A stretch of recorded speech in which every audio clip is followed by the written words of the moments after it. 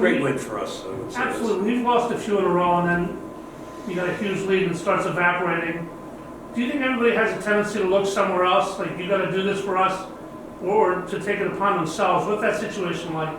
Yeah, you mean as far as the players are concerned? As far as the players, I think these two guys that are guards for us are pretty confident in their abilities, and they want the ball, and they're not shying away from it. And we didn't handle ourselves as well as we could have late in the game. We were up 6, and Tunda has a nice jumper in the corner. If that goes in, we're up 9, and by the same token, we have two guys that are there to get an offensive rebound and a kick out. We spend 20 more seconds, all those kinds of things, and then threw the ball away a couple of times. But somehow found a way to survive, and that's the most important thing. But we had a nice lead, 10 minutes to go, and what I thought about was, we were in a similar situation with St. Joe at that point. 10 minutes to go, we had a decent lead, and we let it evaporate. So now, are we getting better? I hope so. We found a way to survive, but it's a really good win for us, and something we badly needed. And UMass has been playing very, very well. Frank Martin said that, I just asked Khalil that, and he said that you guys attacked Keon Thompson on purpose to get him on foul trouble and out of the game, and put the ball in the freshman's hands. Was that kind of the game plan as well? And Frank said that he couldn't put Keon back into the game because you could just go right back at him. How important was that in the first half to build that lead for you guys? Yeah, it was very important. I don't know that I would agree with everything Frank said. We tried. These two guys are pretty good at getting themselves in the lane and making good decisions when they get there. And Keon's Keon, there was a play that we watched over and over again. He got a spectacular rebound against Rhode Island, I think it was. Everybody else that was around him should have gotten it, but Keon found a way to get it. And he kicks it ahead. One of his teammates shoots the shot, and he comes from like 25 feet away, gets right at the rim, and lays the ball in on a mission. It's that kind of energy and enthusiasm that he has. That as an opposing coach, you show your guys that kind of stuff. And so I think the world of that kid. I'm a huge Frank Martin fan. I'm a huge believer in him, and so he's got really good guys. They play hard, they play smart. But he's a really good player. Did we try to? Not necessarily. We didn't have that in our game plan, but our game plan overall is to try to get in the paint like everybody tries to do and make some penetration, collapse the defense, and kick out for some easy shots. Coach Dunphy, what were you telling your group after Rokas fouled out? I know he was pivotal, when he was in the game, for this game. What were you telling your group after he fouled out? Next man up kind of stuff. So Tunda's in there, and Shep's in there, and MR's in there. So see if we can do a great job on the boards. I thought we did the kid Cross is a terrific offensive rebounder, and he got none today, that's a nice victory for us in and of itself. I like their guys. Cohen played great.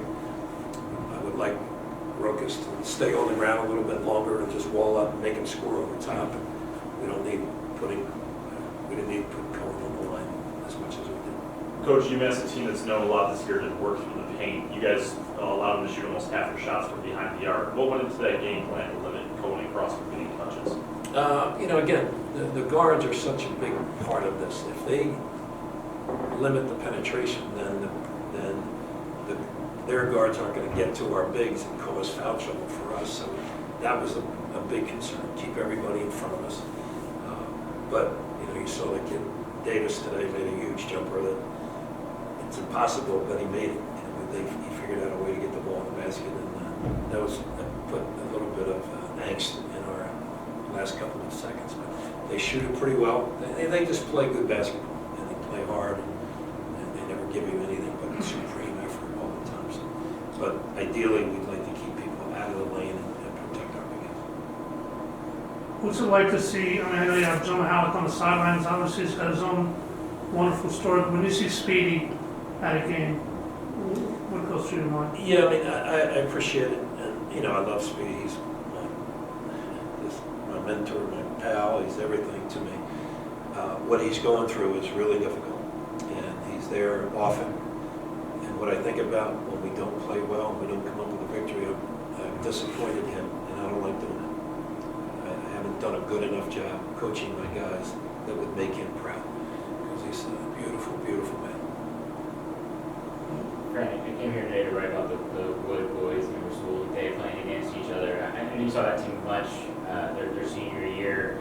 Where have you seen, stay specifically, maybe a little bit on the school, where have you seen them kind of change from 3 years ago? Well, Russell was, a very, very good high school basketball player, as going to UConn would indicate to you.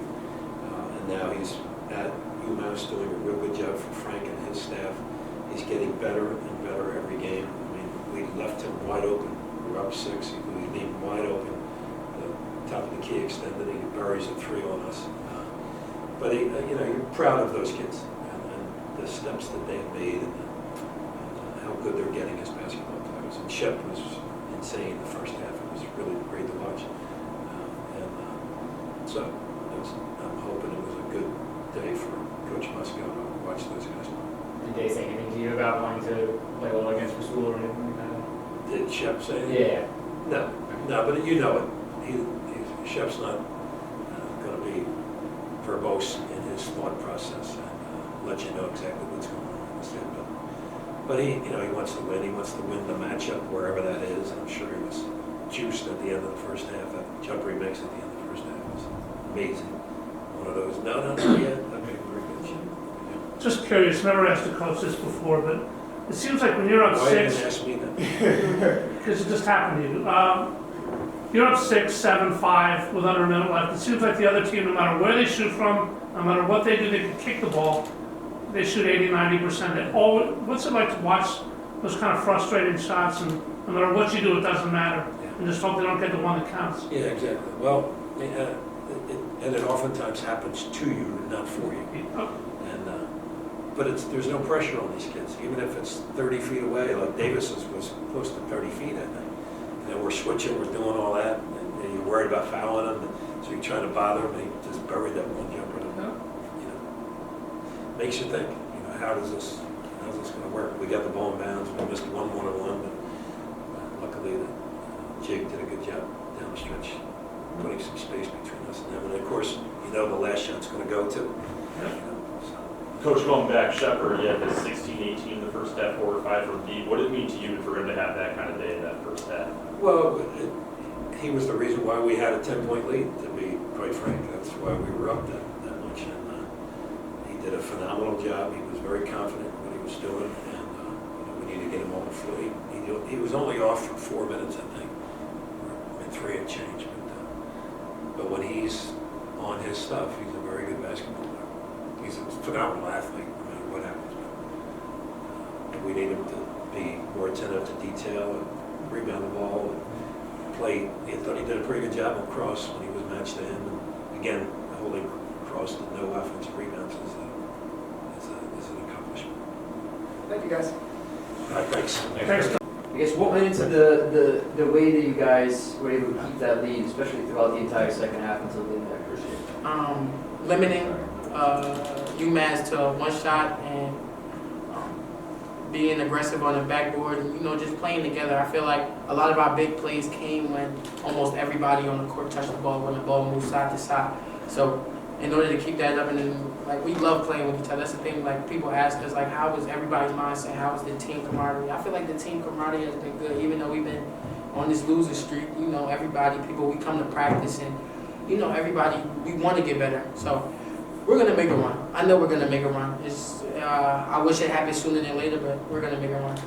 Deshaun Shepard was a big game, especially in that first half, Right. 4 or 5 from 3. What did it mean to you guys to see him have that good? Like I said, it doesn't matter. It might be me one night, it might be Jig another night, it might be Anwar another night. So whenever one of us, could really get rolling, we try to look for them, more than we may look for ourselves. And we're happy when other people are having great and terrific games. So for him to have a half like that is big. It was really big. He barely missed. He hit a lot of big threes that we needed. He gave us a cushion to end the half. He hit a buzzer beater to put us up by 10 going into the break on a team that, kind of been rolling. They just beat Richmond at Richmond, who was one of the top teams in our conference. So for him to get rolling like that, and for us, everybody had a great game, good game. So for us to, have that was good. And we're going in the right steps. Khalil, the last 2 minutes of that game, I saw you brought the guys together. You were screaming Shep's name when like the game was getting closer. What were you telling the guys? You know, when UMass was kind of coming back and the game was getting so tight. If you look back at, I told Shep, I said, yo, Shep, you're gonna grab 2 big rebounds for us, and he ended up doing that. I said, yo, Step, stay with it. You're gonna get 2 big rebounds. I'm telling you, they're gonna come. He got one. We got fouled. I think we called timeout or whatever. Then I take the ball out, I miss the free throw. Then he gets another one, gets the ball to Jig, and then the rest is what it is. But yeah, definitely just encouraging, keeping people. Because at the end of the day, as the leader and as one of the point guards of the team, I gotta think for everybody. I gotta make sure everybody is locked in, know what we're doing. So that was basically it. Just making sure he's locked in and he knows that he plays a vital role in that team. UMass coach Frank Martin said just now that one of the most impactful parts was the fact that Keon Thompson, UMass guard, got into foul trouble, didn't really play for pretty much the entire first half. He said Dunphy would attack Keon and get him into foul trouble because of how important he is. Right. Was that part of the game plan for you guys to get him out of the game? Definitely. It was because he's kind of their he's their point guard. He's their kind of their engine in a way. So they're one of their best defensive players. So we was like, once he picked up his first and a couple, we was like, attack him, try to get him as many fouls as possible and make the young freshman guys come off the bench and make plays for him. So yes, that was a key point to our success today. Khalil, how do you guys ride this momentum into the next home game? I know you got like a 3-game homestand coming up. Right. Well, my main vocal point in a locker room is to never get too high, never get too low. Like when we came in at halftime, everybody was, we hype it. But listen, guys, we got 20 more minutes to play. Anything can happen. Like you said, in the last 2-3 minutes, they hit a couple threes. It's a 1-point game. It was just a 10-point game. So we can never get too high, too low. When we was losing, we couldn't, like I said, couldn't get too low. Come to practice, get ready to do it the next day. We won and we can't get too high. We got to come to practice and work the same way we was this week. Thanks, Khalil. Yeah. Thank you. Yeah. Thanks, Khalil. I think they want you now. I think so.